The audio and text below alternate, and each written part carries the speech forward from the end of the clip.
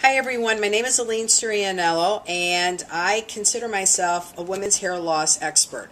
I'm an expert because since 1964 I've been dealing with it. So the question that everybody asks me is, why do women lose their hair? Can they do anything to stop it? Can they do anything to change it? And so I'm hoping that I can give you enough information now that you can process it and help yourself through this long and arduous task of how do I deal with my hair. So let's start with, guess what? Most of the hair thinning and hair loss is genetic, which means someone in your family got it. Now, you may not be thrilled with this, but this is the reality.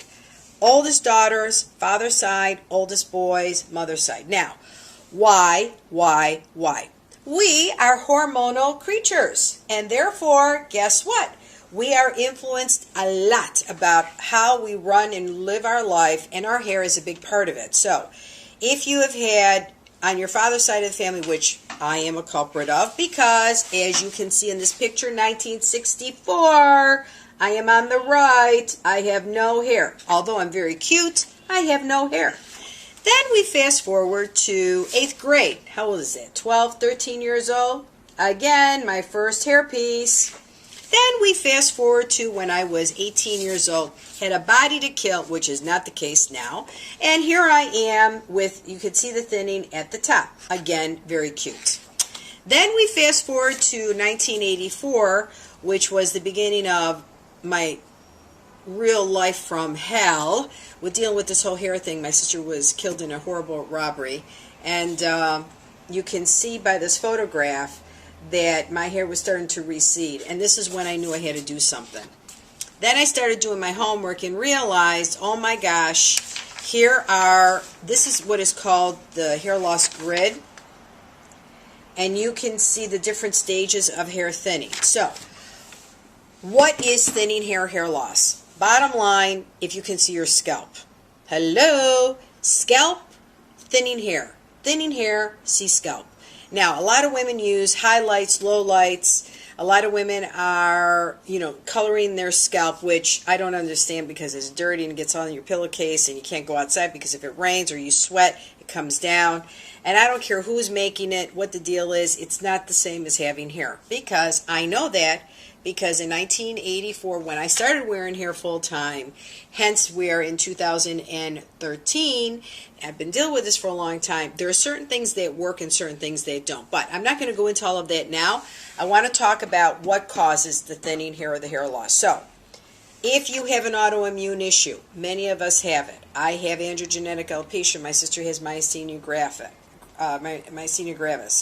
There are diabetes, lupus, heart disease, etc., etc., etc. If you have an eating disorder, if you have been on antidepressants, if you've had bariatric surgery, if you are just getting older, 50% of us lose our hair over 50. There is nothing you're going to be able to do with that. That's just how it is, which is why the extension business has skyrocketed.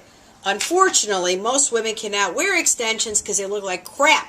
You can see the whole thing at the top, even though they say, oh, I think it looks great. But for the rest of us, especially me, because I have hawk eyes, it looks terrible. You can see the connectors. Are you kidding me? So what are you going to have? No hair, balding hair, thinning hair, or terrible looking extensions? I don't know. I'm hoping that I will educate you so you can make smart decisions and know what the heck you're spending your money on. Which leads me to this other issue. We have a hard-on about spending money on things that we don't want to deal with. And hair thinning and hair loss is one of it. $175 million is spent on thinning hair loss products. Lada mula. Has it changed anything? No. Are you going to change your DNA? No. Are you going to change aging? No. Are you going to change the fact that we are hormone beings? No.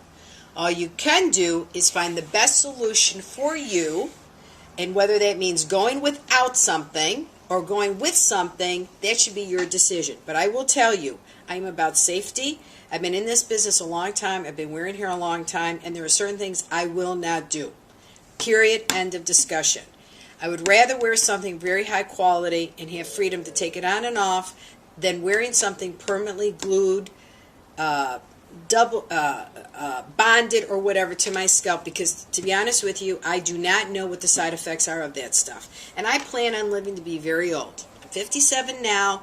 I would like to be in my 90s. Of course, healthy, but in my 90s. So stay tuned, because every week I'm going to tackle a different issue with hair thinning and hair loss. If you want a specific thing addressed, email me. Go on my website, www.lemetric.com, and ask the question, and I will answer it. Stay tuned to next week.